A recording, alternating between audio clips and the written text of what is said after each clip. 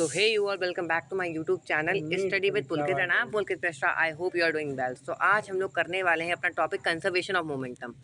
तो ये काफ़ी अच्छा टॉपिक रहेगा और ये लास्ट टॉपिक है हमारे इस चैप्टर का, force and laws of motion का। ठीक है, इसके कुछ न्यूमेरिकल्स रह जाएंगे एग्जाम्पल्स वाले, वो मैं नेक्स्ट पार्ट में आपको समझाऊंगा।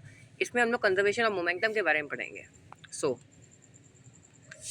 यहाँ पर suppose two objects, two balls A and B, say of masses m1 and mb, are traveling in the same direction along a straight line at different velocity ua and ub respectively, and there are no other external unbalanced force acting on them। ठीक है, तो यहाँ पे क्या बताया जा रहा है कि मान लो कि दो बॉल्स हैं। ठीक है, दो बॉल्स हैं और वो इस डायरेक्शन में मूव कर रही हैं, एक डायरेक्शन में मूव कर रही हैं, और एक जो बॉल है उसका मास हम लोगों ने एम ए मान लिया, मतलब वेट, और एक का हम लोगों ने एम बी मान लिया या M2 मान लो। ठीक है, और इसकी वेलोसिटी अभी चल रही है। ठीक है, तो इसकी इनिशियल वेलोसिटी हो जाएगी ना, तो इसका यू ए मान लो और यू वी मान लो। ठीक है, यहाँ पे क्या कहा है कि यू ए जो है वो यू वी से ज़्यादा है, यू ए जो है वो यू वी से ज़्यादा है।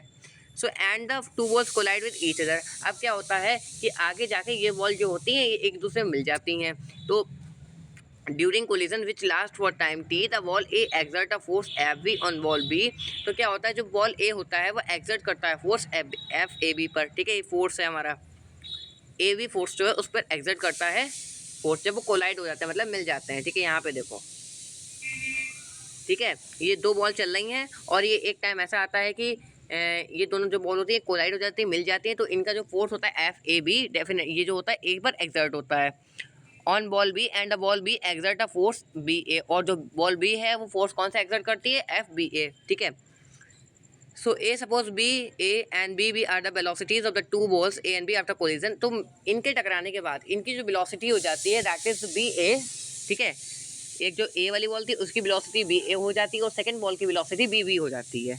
ठीक है, रिस्पेक्टिवली। ओके, फिर देखो नीचे, अब देखो, from the equation the momentum of ball up before and after the collision are M A U A and M A U A. ठीक है, यहाँ पे क्या कहा है कि देखो इसको समझने की कोशिश करना कि इन दोनों का मोमेंटम, ठीक है, इन दोनों का मोमेंटम मतलब मास होना इनिशियल, मतलब मास होना velocity, right, M into B, P is equals to M into B होता है ना। तो इनका जो मोमेंटम होगा, ठीक है, और इनका मोमेंटम इक्वल होगा इसके कोलिजन के बाद।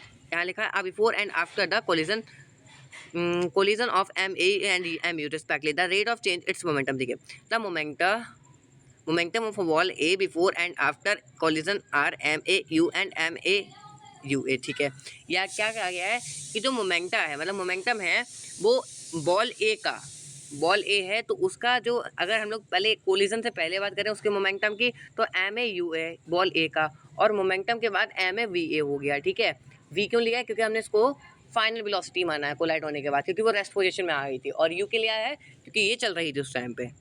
ठीक है, so the rate of change of its momentum of F A B action, तो जो rate of change of momentum होगा जिसको हम लोग फोर्स से डिनोट करते हैं एफ ए बी का, वो होगा एम ए। ठीक है, ये मास है आपका M A U, that is rate of change of momentum V A minus U A upon T. ठीक है,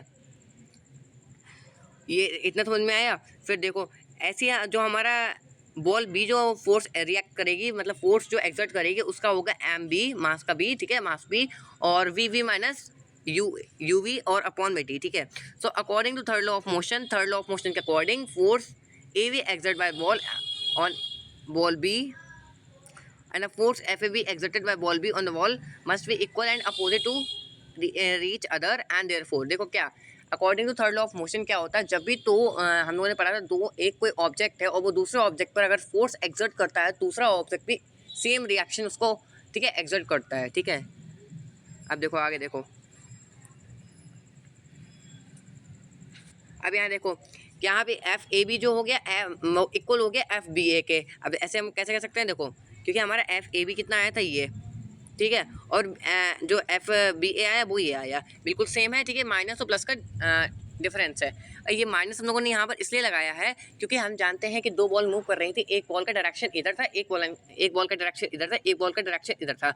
तो हम लोग जानते हैं कि वेक्टर क्वांटिटी होती है हमारी मोमेंटम, और वेक्टर क्वांटिटी के लिए एक चीज़ में हम लोग क्या लगाते हैं, नेगेटिव। तो चाहे आप इसको भी अगर नेगेटिव मानना चाहे तो मान सकते थे, लेकिन आपको इन दोनों में से एक को मानना है, तो यहाँ पर इसको यहाँ पर माना गया है नेगेटिव, ठीक है। तो यहाँ से हम कह सकते हैं M A U A minus M A V A minus U A upon T जो होता है इक्वल होता है minus M B B B minus U A upon T का है, ठीक है। ये हमारा इक्वेशन पूरा बन गया।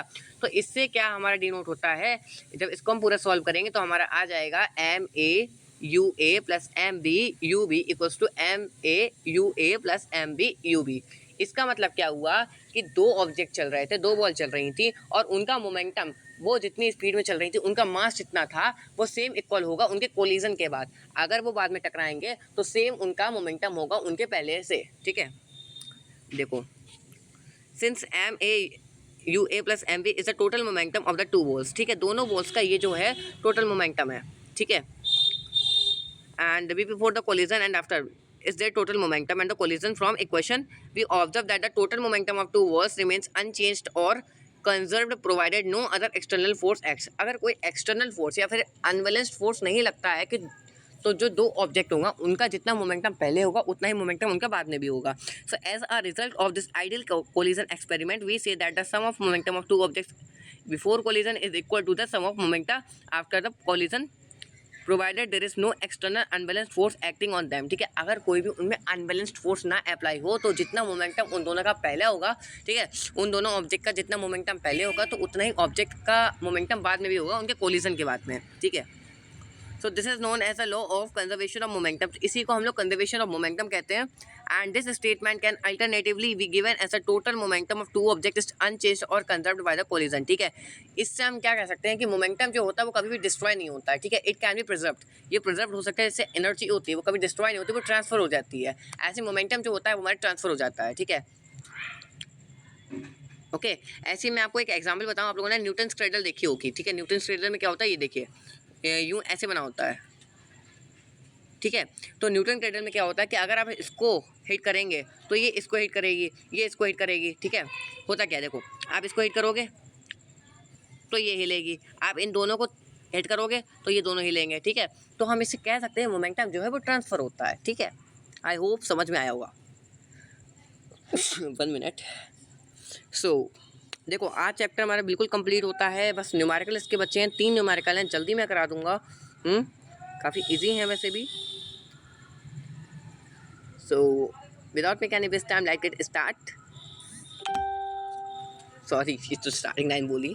So without making any waste time, let's get over this lesson, okay? और जल्दी मैं इसको start करूँगा again, ठीक है, बाय बाय।